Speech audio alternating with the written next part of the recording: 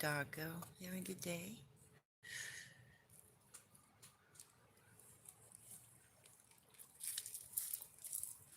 Well, doggo and I have just been in the river. Gotten a couple of questions this week about how to find Bigfoot during the day. So I figured I'd discuss that option. For those of you who are interested in documenting Bigfoot yourself during the day, there are a few techniques that you can use to find them. If you follow my channel, you'll have a pretty good understanding of the ground spoor. If you understand a little bit about hunting, you'll be able to find their cross-through areas.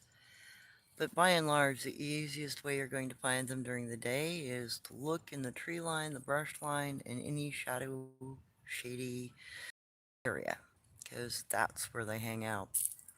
And during the day, they primarily sit on the ground or lay on the ground, so you don't typically see them up walking around. Occasionally you will, and that will be between locations where they're foraging. But as you can tell from my last couple of posts, longer videos, etc., they like cool spots, especially early in the morning. They'll go down to a stream bed, the whole family group will be there, just like the mixed group that I recently documented. Afternoon, they'll also try to be around water around 2, 3 in the afternoon, sometimes as late as 4. Early in the morning, 5, 6, they'll be around water. A couple of good points, to look for during those times. If you're out early in the morning, good chance you'll find them in the tree line or in a brush line. Hey, and welcome everybody. And afternoon, they'll get usually further back, away from like right on a stream bed edge or on lake edge. They will fall back a couple 100 feet in the late afternoon. And that's also usually around the time 4-ish is about the time, depending on the time of year, especially during the summer, it's around 4-ish. The whole group will get together and eat together. Because like I've said, they will forage for themselves during the day. They'll eat small stuff, but they're also collecting food items for the rest of their family group. So if you're wanting to catch footage, if you're wanting to take pictures, I wouldn't suggest getting closer than about 40 feet to them. Most of them don't seem comfortable with you if you're closer. They don't know you. Dogmen will let you get a little closer, but I wouldn't.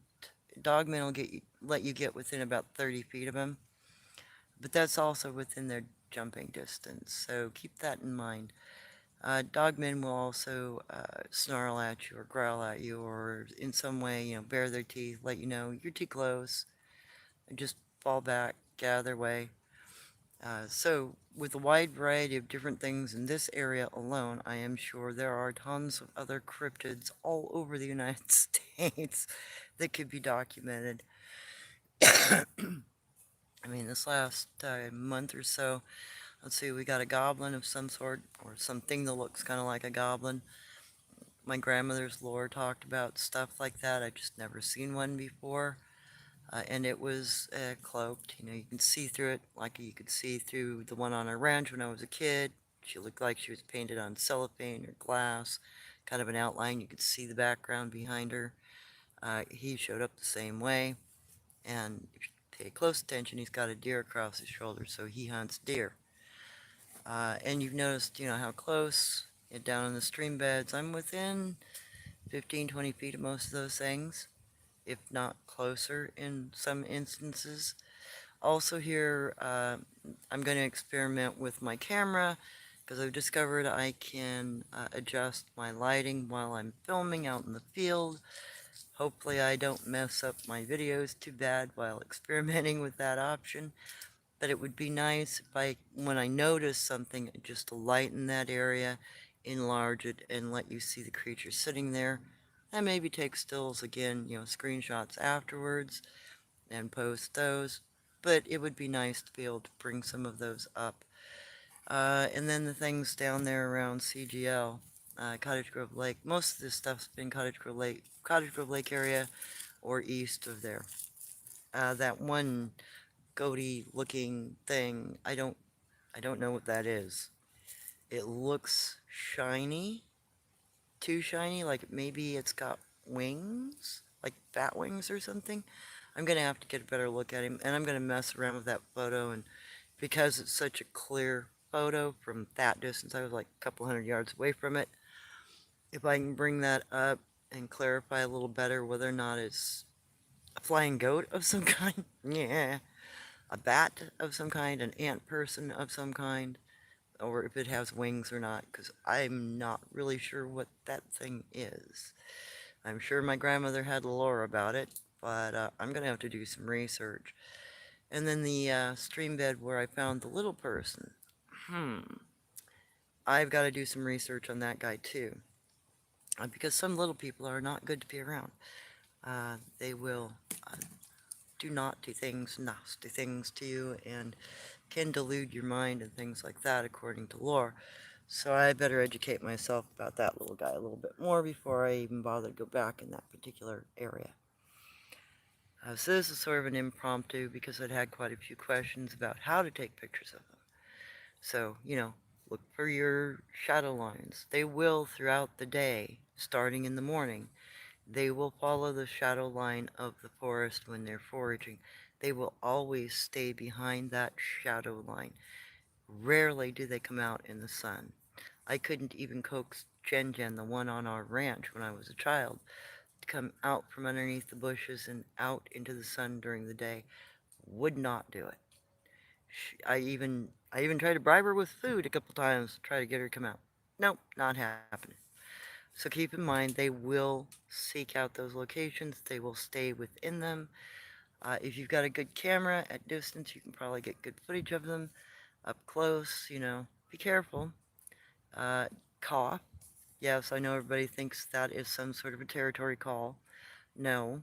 Coughing and clearing your throat lets them know you're not going to attack. It's not a territory call. It's not a threat. It's not just like the whoops. Whoops, they are calling for reinforcements. They are afraid of you. And I don't care what other people say. I've been around these things all my life. I've lived with one for many, many years. I've been around dogmen. I was on my turnout. If you're getting loud knocks, if you're getting whoops, if you're getting screams, hollers, any of that stuff, you're not doing it right. They are typically incredibly quiet. They make very tiny sounds. You'll hear them, in the bush line.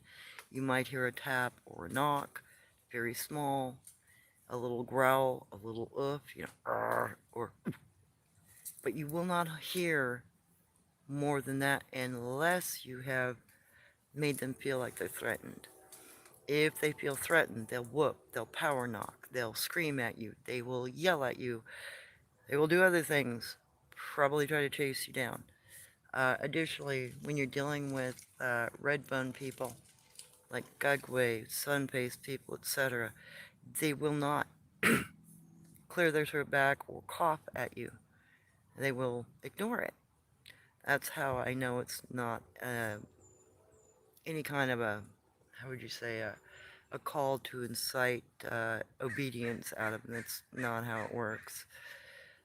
It is a halting. It is hey, I'm here. And occasionally, some of the Bigfoot that are more friendly, even some of the dogmen that are more friendly, will cough back at you to indicate, no, we're not going to hurt you. We're not going to attack. So that sound is just letting them know that you're there and that you're not going to hurt them. I have never had a negative reaction from that sound. And the one time I was surrounded by 10 individuals I think it was 2009 in July, I used the cough and clearing my throat. They got within 20 feet of me. They were shaking bushes at me. They were throwing things. I sat down while they were doing this, and I coughed. Every time they'd shake a bush, I'd cough. They stopped. They stopped after 20, 30 seconds. They were done. And then I, hung around for a minute or two to make sure they weren't going to react again, and then I left. But that was a group I was familiar with. And the reason why they reacted was not because of something I had done, but it was because of something somebody else had done, and they were still holding a grudge about what had been destroyed. And I don't blame them. So, just wrong place, wrong time for me. Walked away. So keep that sort of thing in mind. You can get actually pretty close to these things without them getting horribly reactionary. You have to have a calm, cool, atmosphere about yourself. You have to remain steadfast. Don't freak out. Don't run. Take your time. If you feel uneasy around them at all, fall back 40, 50 feet. If they continue to throw stuff at you, fall back a little more. If they don't want to give up on it, you might want to exit. So keep in mind those that are more like Sabe, Forest Brothers, they'll give you plenty of opportunity. They will warn you, they will let you know. Sun-faced people, Gugway, they have different behaviors. They act differently in their terrain. They react differently to you being in their terrain. Just like the Ishka, boogers, mountain boogers, that sort of thing. They're different to interact with. They're different rules. So what I'm talking about right now are the more friendly types. So if you get one that likes to sneak up behind you and seems to be a loner, or maybe has one come at you from one side and one behind, you're typically dealing with a Gugway or a cougar. Cougars usually don't hunt in pairs, though. If you are dealing with one that likes to mimic or mock or try to lure you, you are dealing with a sun-faced person, a red-bone person. You're dealing with something that's probably predatory. Don't fall for it, especially if they call your name from the woods and they shouldn't know it, or they scream for help. Don't fall for that stuff. And if by accident you do get into a compromised situation, if the individual that comes to help you has a fair-skinned face or sunburnt-looking face, don't accept their hand. Just go the other way. Get out of that area however you can and get away from them, because they're not really there to help you. They are there to subdue you, and they'll make it look like a friendly gesture. Additionally, with those kinds of creatures, especially the sun-faced people, if you rob them of a meal, if you try to rescue a creature that they're trapped, don't do it. That will turn you into their prey. They will begin to hunt you. That's what happened on my turnout. I tried to free a couple of horses that had been pinned under a tree during a snowstorm, and the horses were frozen to the ground. I had tried to break them out of the ice, and that attracted the sun-faced people who had driven the horses to that location. I was robbing them of a meal by trying to free the horses. That got me hunted and got our house attacked. So keep that sort of thing in mind. Also, they don't forget. If you've messed with a group and they don't see you as a friendly, they will remember for many, many years that you are uncool, and they will take offense to it and they will bother you. So let me go up a little bit. I got a couple of hours today. I'm only working part-time this week. Next week, everything goes well, I will have full-time, because they'll add my other building. I'll be training in that this Friday, thank goodness. But I am going to end up broke in between now and my best paycheck, because Wednesday's paycheck's going to be 4 hours. 20th paycheck, or no, excuse me, the 5th paycheck, because I'll be getting paid on the 5th and the 20th. The 5th paycheck will have 1 week at halftime and 1 week at full-time, so about 30 hours, maybe a little more. I'll be able to cover my bills maybe at that point, but I'm going to have a late one. That's going to suck. Unless I dip into the funds you guys have donated. If I do, I will pay those funds back, because I do have a set goal in mind for that. I do want to pop up. I do need to repair my transmission.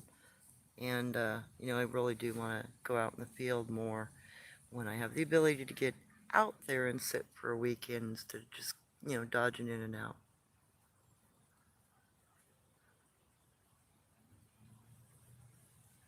Hey, Eloy. Or Leo. Oh, gotcha. Uh, you've seen a goblin. Wow. Yeah, that was my first encounter. I mean, I've seen him go by a couple times before, and there is one in that area but it's not a goblin. There's a black-haired Bigfoot out there that likes to move from one location to the other, and he doesn't mind you noticing him move between trees, and he'll do it during the day. I've been trying to catch him doing that movement, but I just haven't been quick enough with my phone camera yet. I'm gonna have to go into the location with it on because this thing's response time is way too slow.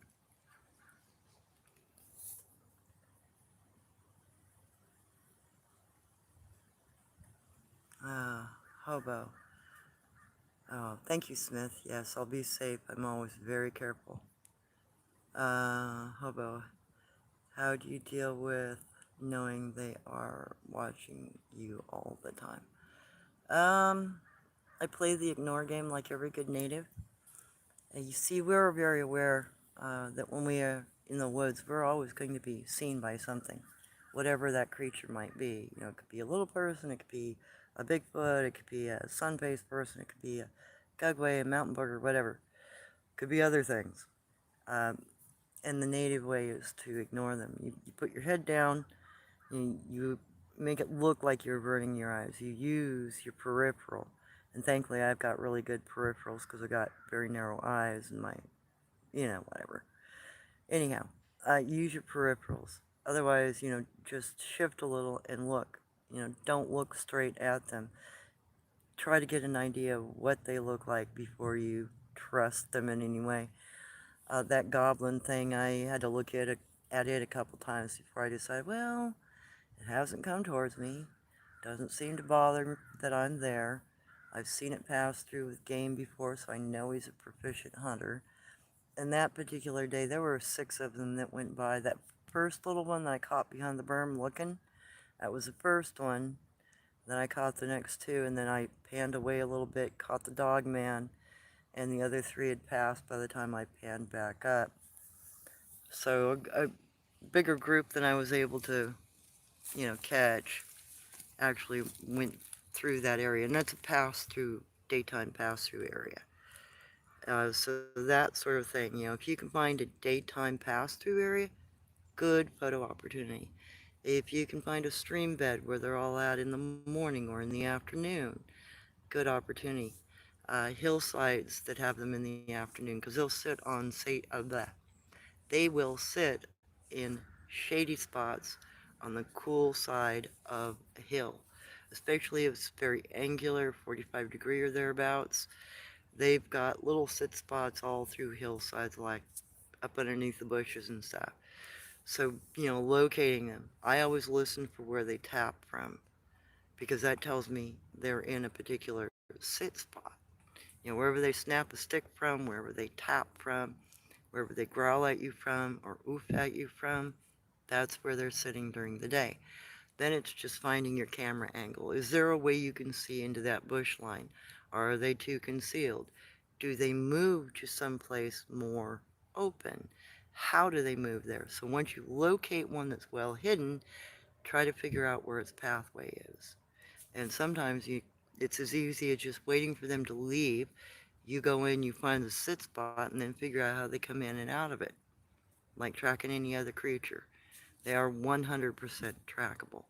Now, there are some things out there that are purely spiritual, that are other creatures. I don't get into those. I don't know how to track them. I know to avoid most of them, uh, because that was my grandmother's advice. Just stay away from entities like that. They're not good. Okay. So keep that sort of thing in mind. If you've got something that doesn't leave any evidence behind, no physical grounds for, then you're dealing with something else. You're not dealing with a standard cryptid. Yeah, there's me doggo. She's sitting right here. Yeah, we just got out of the river.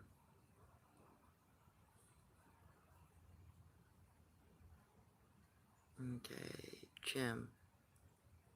Oh, Jim, we're talking about Bigfoot and how to document them, where they sit in the tree line, brush line, etc., and how you can get pictures of them and at what distance. Additionally, you might find them up trees during the day because sometimes they will sit around on a limb or they will sit around in a tree basket. After I'm done with this live today, I'm going to post an old photo from, let me think, I think it was 2013 I took the photo of one individual. It was actually a group of three individuals up in a tree, all in a sculpted tree basket, but only one individual was really clearly, easily seen. The others were laying so uh, concealed in the foliage, it was hard to tell that they were anything other than a dark spot. And the one that I did get a good, clean, clear picture of, he's part of the Deer Society, and he's got a deer skull mask on. So if you see stuff like that too, maybe they will be wearing a mask because some of these beings, some of these people, humanoids. I call them that because my tribe called them our forest brothers, and we viewed them as a hairy human. I'm not putting anything on them. I'm only recounting the lore that I already understand, and I'm recounting it as to what my ancestors understood. So, those that are Sabe, the ones that you can trust and trade with and interact with and hunt with, uh, they have very distinct ways of interacting. Very easy to understand who they are and what's going on with them. They're a little bit different than the ones that are a little more predatory.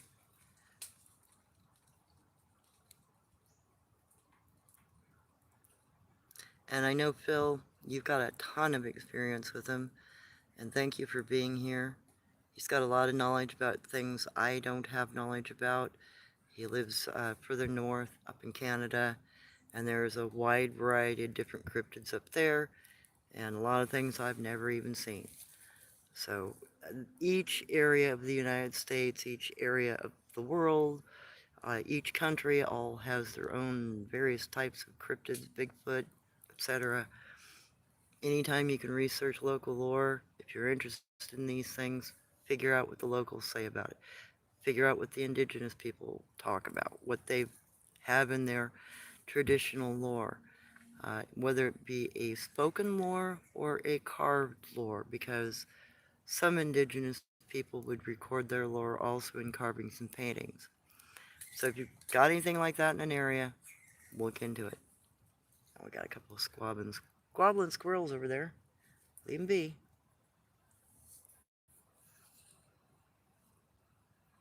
Okay, Bill. It takes a lot of nerve to remain calm when cryptids are near. Oh yeah, tell me about it. That one that showed its teeth at me, that dog man up underneath the embankment. Yeah, he growled at me. That's when I figured I better film and get out of there because he was getting impatient. And then when I filmed, he was showing his teeth. So, I didn't stay too long down there. And then finding later that there was also a small person, now I'm a little leery of the spot. I gotta do some research before I go back in there. Make sure I'm actually safe, because I don't like chancing it. I'm there to get footage. I'm there to document ground sport. Hopefully to give other people a better chance of finding them and to document them. Because the more documentation, the more people can understand um, how they move, what they do. Easier it will be to proof them, and it doesn't matter, about a lot of other stuff. If we can proof them, and please, please don't shoot at them. Not all of them are bad, and no, they're not Niflheim. They don't have 6 fingers or 6 toes. And you can tell some other cryptids have less toes, like the little dino tracks I just put up. And, that's all. There are many different kinds of cryptids out there. And our native lore talks about hundreds. So keep in mind that you might run across some stuff you never thought existed. Just like that goat thing. I really don't know what that thing is at all.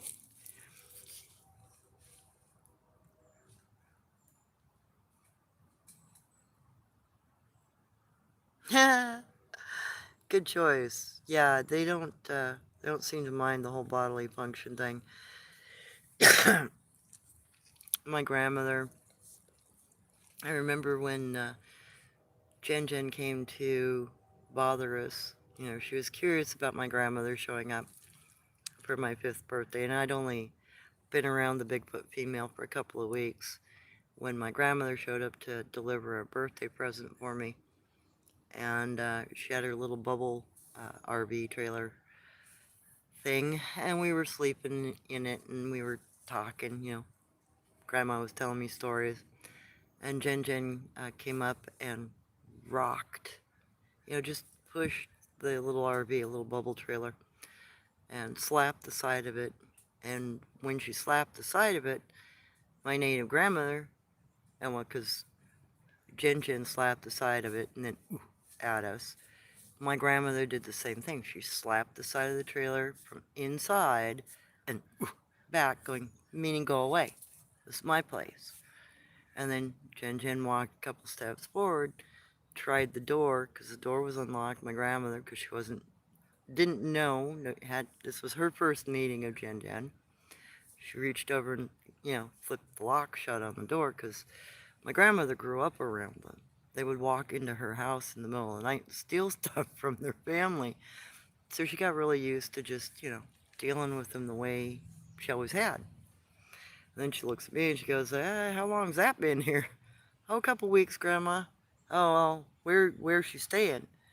And I told her, and she said, well, we'll have to go see her tomorrow. And we did. My grandmother sat and talked with her for a couple of hours, shooed me away. You know, my grandma's 70 at the time, and she crawled in underneath the bushes with the Bigfoot. And they sat and talked in Abenaki for quite some time. Then we took some pictures, etc. But those have been stolen, unfortunately. Although I have tracked, there is somebody in this valley that still has the pictures because somebody keeps, few people have seen them and talk about the pictures. So I'm like, can somebody please tell me the address? I'd like to go get my pictures back. But anyway, that aside, that's how my grandmother dealt with it because, well, she grown up around them. She grew up around a group of Yaren down in California in Wasna Valley. That property is still within our family, and we don't let anybody bother the family group there or the other cryptids there because there are a few historic animals there, and that will always remain within my family's control, hopefully. Grandmother left a good sized fund to take care of it and make sure it never gets sold. Are you sure? Do Sabe Bigfoot get drunk or unfermented fruit the way elephants do? Do they get high on mushrooms, etc., like squirrels do? Well, we don't have any breadfruit here that ferments like that. However, I have known Bigfoot that will confiscate left behind beer. I've also found hard alcohol bottles with remnants and an attempt to re-ferment stuff by putting vegetation in the bottles and adding water. So I think they kind of understand the process to a degree, but I don't think they understand that it needs yeast and sugar. So they're trying in some ways, and that was up in Washington. I've found more than one Bigfoot up there that are beer drinkers, and they will, anytime anybody leaves a 6-pack behind or, a sealed beer behind, sometimes even unsealed beers, if you leave a halfie behind, they'll come down and get it. Some of them really like beer. And in fact, in the story of Gilgamesh and Enkidu, they get Enkidu drunk to bring him into town. And they teach him to speak their language before they bring him into town. So even the ancients understood that they will drink. And I do know that the Skaakum, at least, will utilize marijuana. And there is some suggestion that either dogmen or another group will go after hallucinogenic mushrooms. I don't uh, I don't think that's actually abnormal. That's the same kind of behavior that indigenous people used to involve themselves with too. Um they're in more ancient cultures. Drug use is meant to facilitate opening the mind, understanding things, learning your energy, to gain access to a more ethereal understanding of the world, so you can find game, water, etc. So it is an indigenous practice anyway to do those sorts of things and look for those sorts of things. And if they are not just purely primates, then there is a potential. And, I have shown some evidence that there are potential medicine people within their groups. It's very potential that they also practice the same other types of behaviors that other humanoids practice when being medicine people.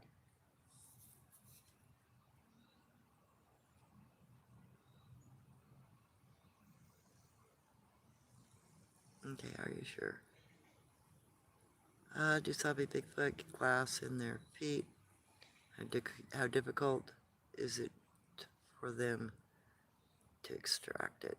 Um, I haven't seen that. I have found an area where one had probably gashed its foot open down at Cottage Grove Lake. That was a couple of years ago. And I don't know if they got it stuck or not. I know that Jen Jen had really tender feet, and she always wore elk skin boots that she'd made herself.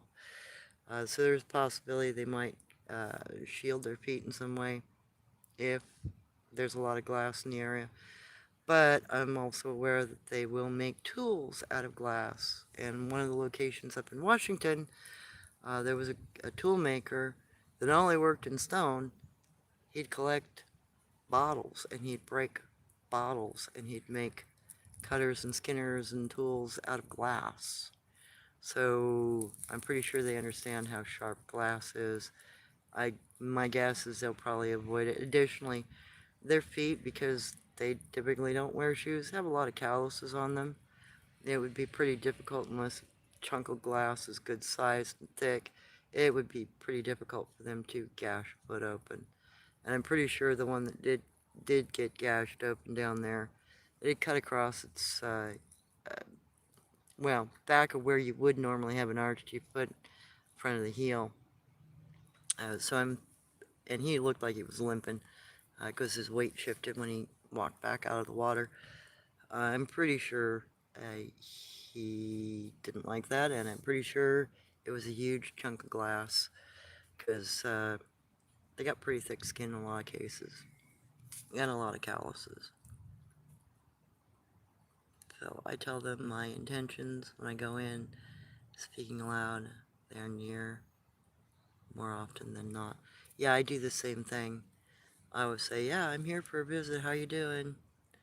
And, let them make up their mind whether or not they want me around. And if they tell me, you go now, or you leave, or no, yeah, I'll leave. If they throw something at me, I'll back out of the area. I'll give them some space. That mixed group, they're starting to speak a little bit around me, and they still throw stuff every once in a while. They've only thrown a couple things, and it usually seems to be when they want to walk upright during the day through an area. So I just fall back, I'll turn around, act like I'm ignoring them, so they'll do their thing, and then once they've relocated and sat down, then I go on about my thing, and they aren't gonna get all bothered by me. And that's a way of dealing with that sort of circumstance. And that group is not all that familiar with me. I've only been in there about a month, but they've been pretty mellow overall, especially for the variety of them in that group.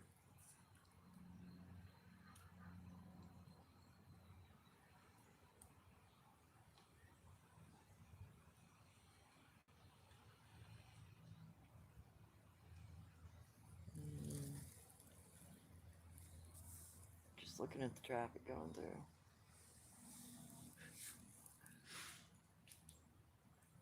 Okay. Oh, Jim, no, I just know a lot about the dogmen. Yeah, there are quite a few dogmen in this area too. We've got now, now that I found the brown ones, 4 species in this area of dogmen. Jim, something I've been trying to figure out for the past 5 years, so that should hit you. So that should hit you something. Oh, okay. Let me go back up. Jim, where are you at? Not being nosy or nothing. I'm in Oregon, Willamette Valley to be exact.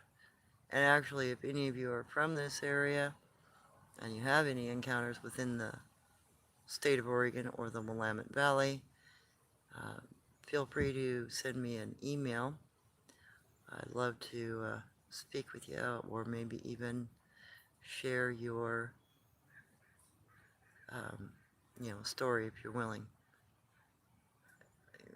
Let me go back up.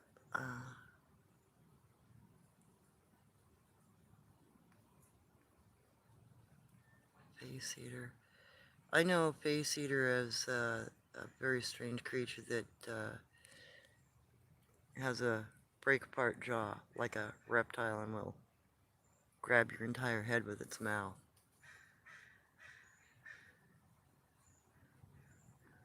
Okay, I don't know what else. Okay. Let me go back down. Sorry, guys.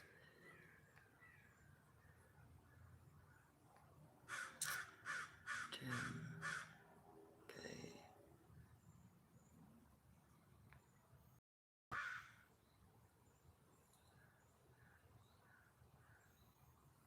Okay, Jim. Something I've been trying to figure out. Okay, I read that one.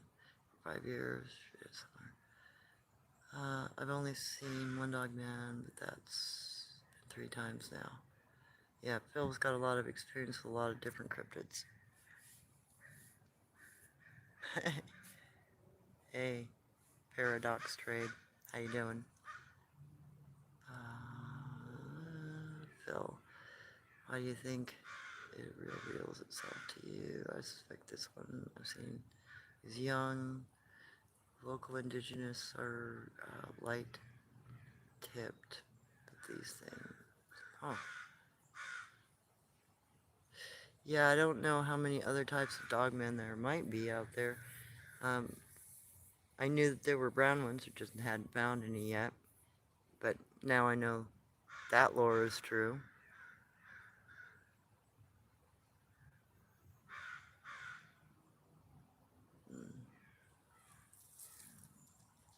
Hey, Cosmic! Welcome back, man. Hope you've been alright. Rare that I catch one of your daytime lives. Hope everything is good with you. Yes, I just changed jobs.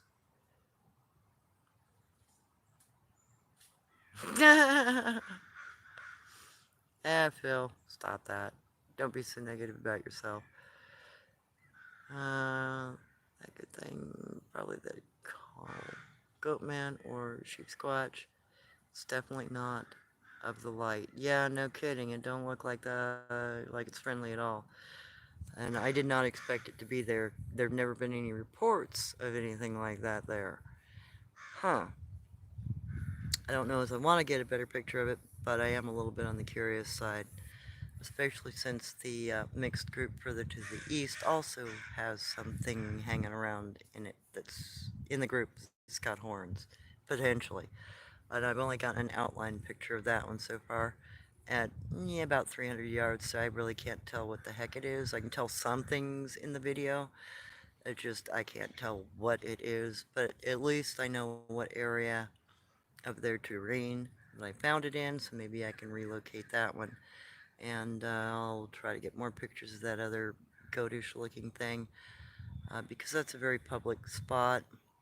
and I don't feel like I'm in any big, horrible danger, hopefully. But those two things I've never seen before, so I'm very curious about them. Yeah, I know you are telling the truth. Okay.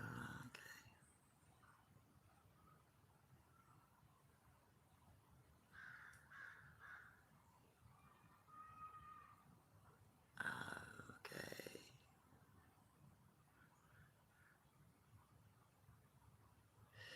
Oh, I didn't know you ran into a lot of six-toed tracks. Okay, Cosmic. I think I've mentioned this before here, but I actually run into a lot of six-toed prints on the coast. I just haven't posted those yet. Could be something native in South SoCal. Not sure. Well, the Adena people, they had 6 fingers and toes. They're giants. They were called the Sisiya by my tribe, Lakota. They call them the Sisiya. Paiute call them the Sitka. And there's some lore suggesting that they have 2 rows of shark's teeth, and then there's also lore that suggests there are 2 types. One dangerous and one not, one being the reed people and the other being the shark people, or what we call the fish people. Both giants, both supposedly red-haired. And the Sitka, they were all up and down the west coast at one point in time, even to Oregon and into the Midwest. So there's a possibility.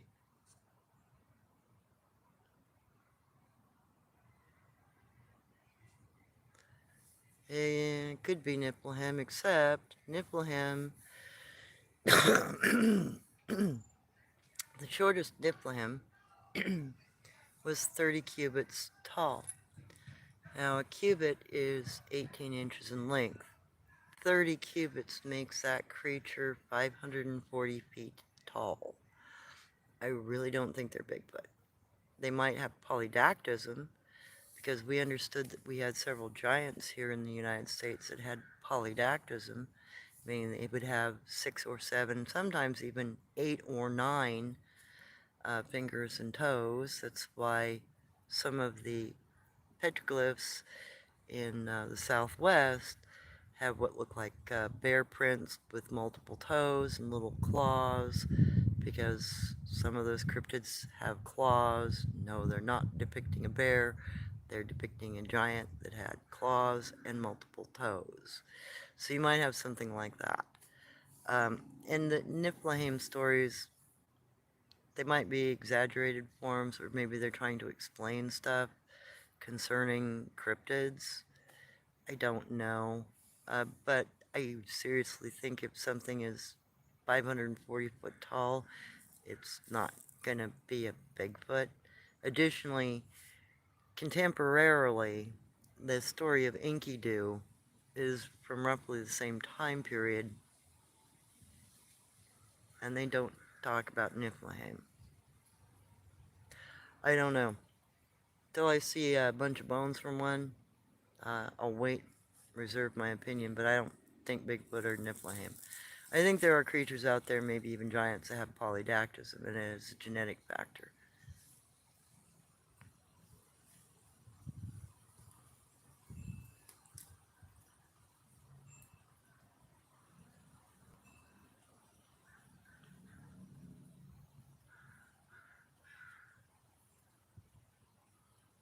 Hey Trevor, how you doing?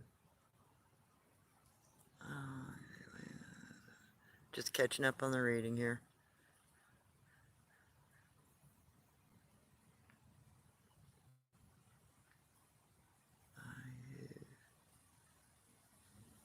Are any cryptids allergic to anything? That's a good question. There is some indication that a group further south of here actually might have a issue with catching poison oak, probably on portions of their body that doesn't have a lot of hair, because I keep finding lime and lime mud and uh, ochre rock, which is high iron content rock, ground and mixed together and made into a paste. Well, that's basically calamine lotion to treat poison oak and poison ivy with. So there might be some skin things that they might be able to get, just like, you know, your dog can catch poison ivy, excuse me, any place where they don't have a lot of hair to protect them from the oils.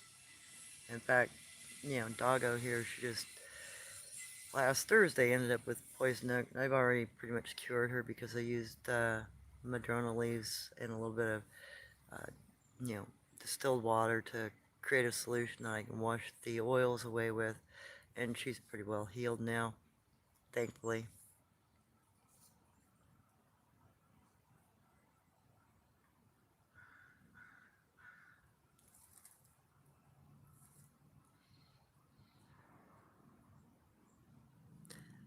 Cosmic, I hear that Sasquatch can eat some mushrooms that we humans can't.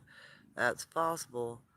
I have seen taste tests of a few mushrooms up north that I know are not edible for people.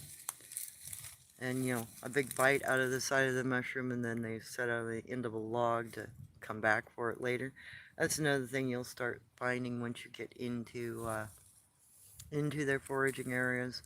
They'll leave food part that gathered food they will leave behind to pick up later.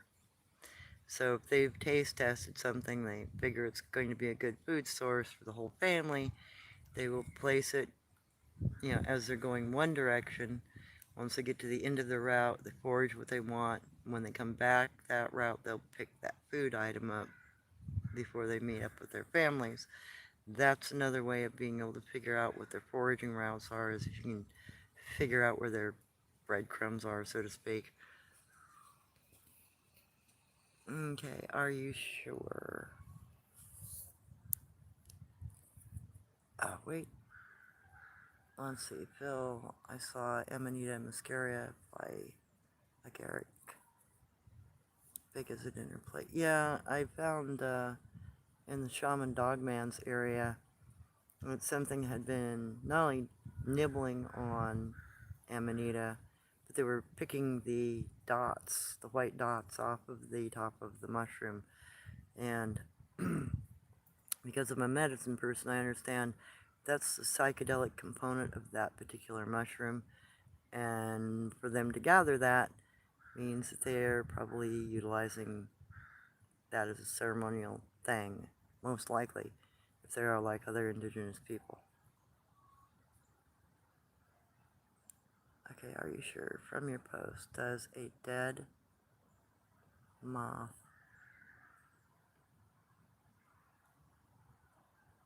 does dead moth trail language equate to a grassland dogman, or did it get that totally wrong? I'm not understanding that question.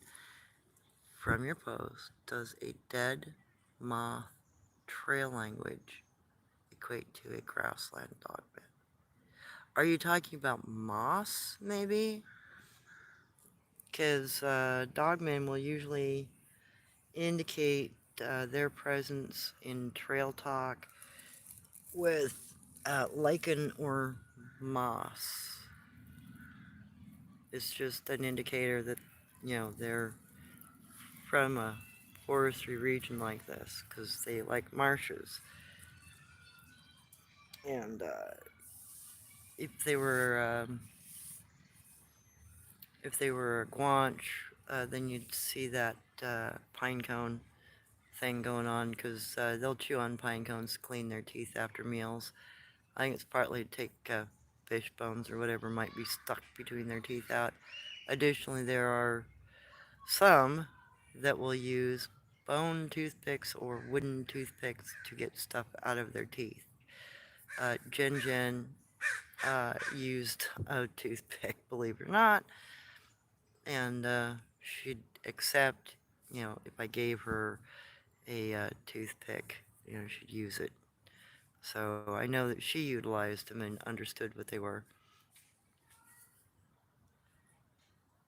Although not all Bigfoot will clean their teeth. I don't think all of them know how to.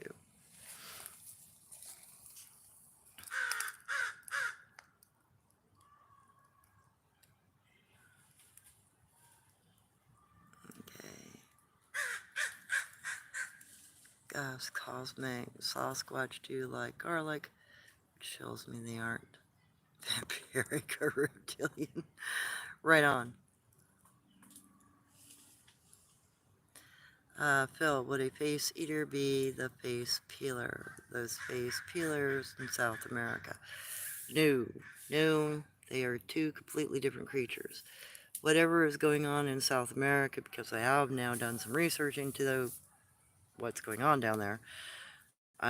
Whatever is going on down there sounds more like black operations, because it's a humanoid dressed in black flying around on a hoverboard, chemically removing your face. No. The face eater from my lore is a humanoid looking creature. It looks like a person, with one exception. It's got a line here where its jaw breaks apart and it opens its mouth like a reptile. And it engulfs your head.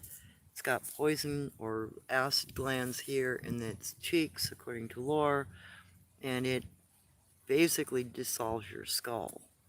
And once your skull is malleable enough, they just bite down and it's gone. So no, face peelers and face eaters are two different things. And I don't consider a gugway a face eater because it's not anything, that modern concept is nothing like what my lore was about.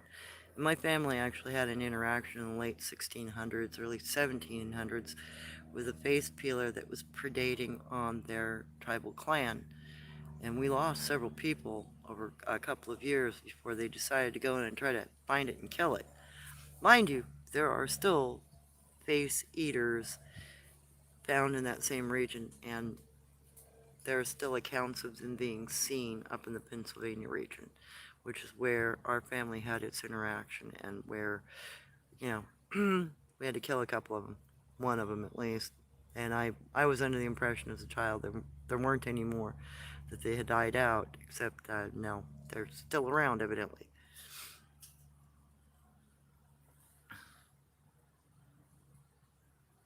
Hey, Deborah. Yep, doing well. I'm glad to see you here.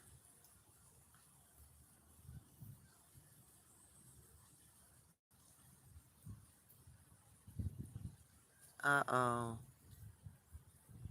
Hmm.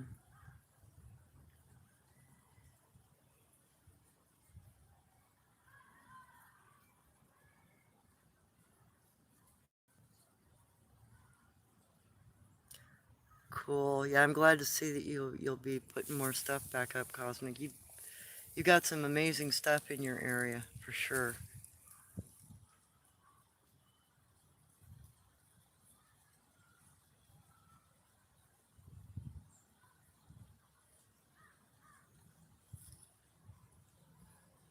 Okay. Phil Oisa. My buddy's stepson had six-fingered hands. Don't know about his toes, extra fingers removed in hospital. Yeah, my mom used to have a neighbor who had six fingers and six toes, and his wife was, five-fingered, five-toed, but the kids took after him. They all ended up with six fingers, six toes. So there's that genetic, aptitude within the human DNA genome thing. It's possible. Where it comes from, it could be from Niflheim. It could be just some other explanation. I don't know.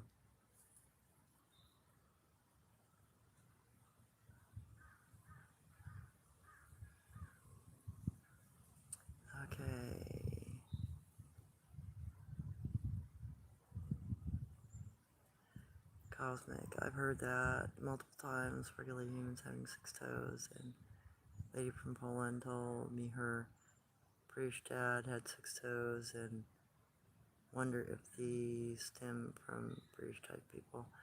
Yeah, I don't know if we've figured out where polydactylism comes from yet, but it's possible. You know, people do end up with extra digits. Some people only express, extra thumbs.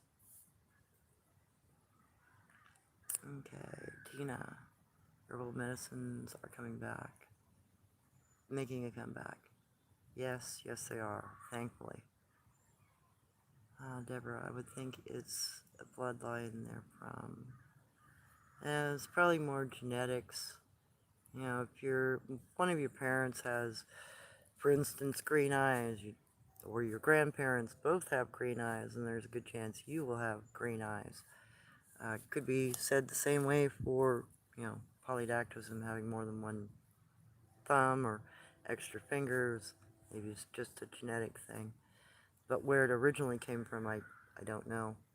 Don't know if it's connected to Niflheim or giants, or if they're one and the same, but I don't think so, because most of our giants in our lore were never exceedingly tall. I mean, they were maybe 30, 40 foot tall, but not a couple 100 feet tall. So nothing to correlate in my lore cycle. There's nothing correlates to a Niflheim.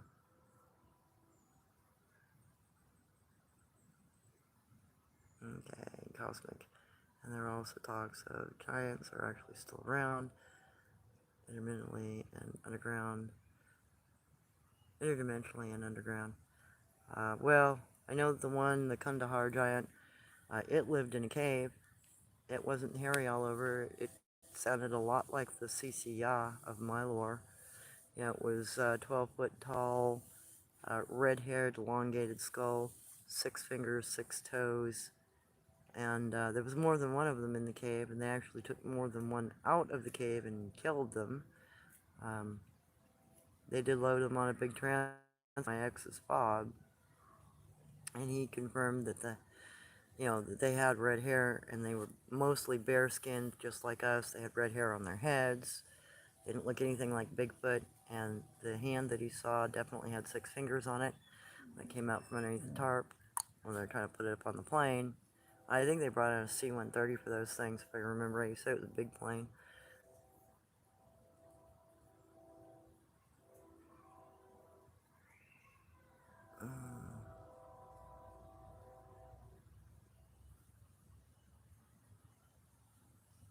Okay, Deborah, I control my mind. Thank you, no thank you.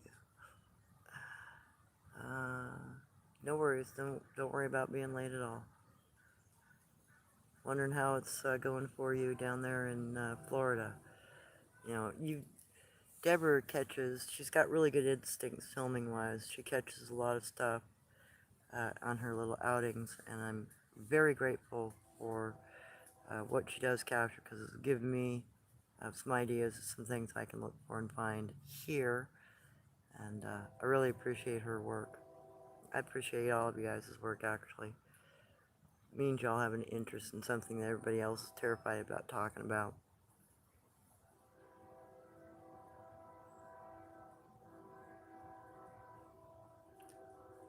Thank you. The face here is plenty terrifying. Yeah, no kidding.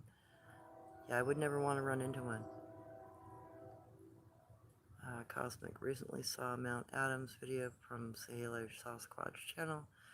They filmed a sign that read, "These huckleberries are reserved for Indians. What do you think of that?" Ooh. Well, that might be a more soft disclosure.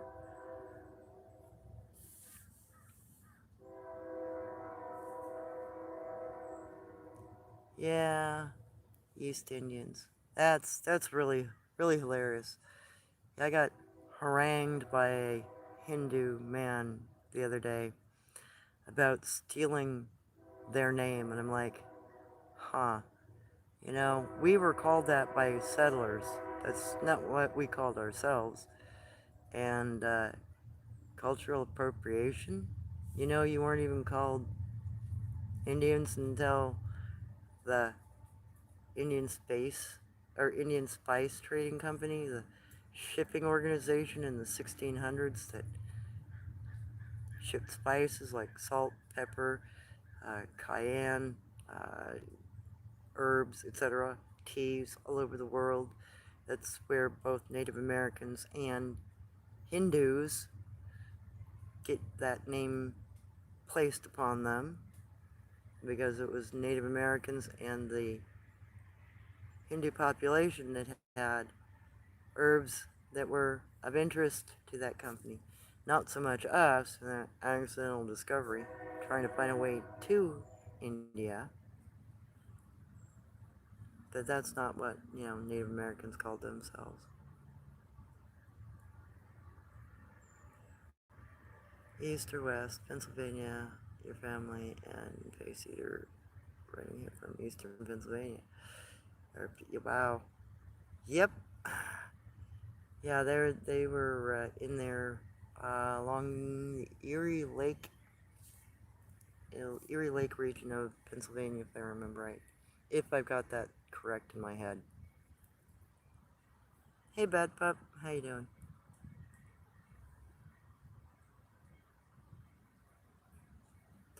Well, you do have a really good eye, Deborah. You caught the entire little family of potentially dog people down in that little berm sit. It was so amazing when I saw that. I'm like, oh my god. Because I know of an abandoned sit like that. I just don't know where there's an active sit currently. I gotta go looking some more.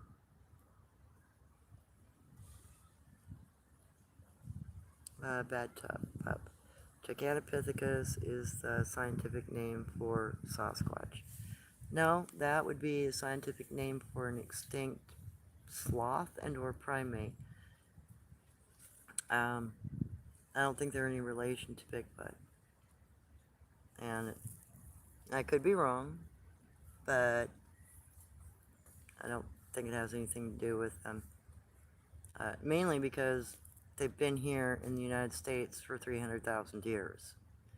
There's bedrock that has both Dogman's footprints and Bigfoot footprints petrified in the bedrock here in the state of Oregon, in at least 3 different locations that I'm aware of. And I know of some in Northern California and the sequoias, the redwoods, etc., that all have the same kind of track evidence and more. But no, I don't think they are. I think Gigantopithecus died out, and I don't think they're related to them. I could be wrong, but I don't think so. And I know there's more than one type. There are over somewhere between 200 and 240 types of what you would call Bigfoot or Sasquatch, and they can't all be related to one thing. Just like we're not all related to one thing. Although our science keeps trying to push that on us, I don't think that's the case either. I think we are the result of multiple different things getting together and mating, and we're the end result. And there might be dozens of different things that contributed to our particular genetics. Hair color, eye color, skin tone, uh, how many organs you have in your body and what types, etc. All are indicators that we've had other genetic interactions with other things. Like me having a functioning appendix and working tapetum lucidum. I know my genetics are that way because I am part Bigfoot. Only 7%, but I have pretty good stuff from it. And I know it's stuff that doesn't function in other humans. Mine's all functional, which is also very rare. The Kraken. Coconut crab. May I order one? Amelia Earhart. I'm sorry for laughing. Yeah, that's supposedly what happened to her. She ditched on the wrong island. And then didn't know to stay away from the coconut crabs. Because they are dangerous. Okay. Phil, question. Lysa. When cryptids are near, I feel this odd pressure at the back of my head. Also, my eyes seem to go where they are even when cloaked. Do you experience this also? No, I don't seem to have that kind of a thing going on with me. I just notice where they're at. And it probably because I've always looked at them. It's probably because I've always, you know, look over there in the shadow, kid. You know, that's where one's sitting. When you're being trained how to hunt, for instance, when you're being taught how to look for deer, you're taught the terrain. You know, if they're sitting down in the sagebrush, you'll have a whole herd of them sitting there because they know they blend in. And they'll be sitting in the, sagebrush during the day. They won't care. They'll think you can't see them. They're using their adaptive camouflage. So when I was taught about Bigfoot, if I wasn't put straight in with them, and it was something that was taught at a distance, it would be similar. Hey, they're over there. This is where they sit during this time of day, or this is what they do, and this is where they're going to be. And I've also confirmed that by tracking and building tracking manuals, etc., and looking at the ground support. And yeah, they got some patterns, and they utilize the same patterns. And it's always staying in the shadows, staying in the shade, staying in any dark recessed area, because they know that they can completely disappear in those locations. And when they get older and they turn gray, they know that they can be out in deadfall areas, because they know their gray hair will make them look like a stump in a clear-cut region. I've seen them do that too.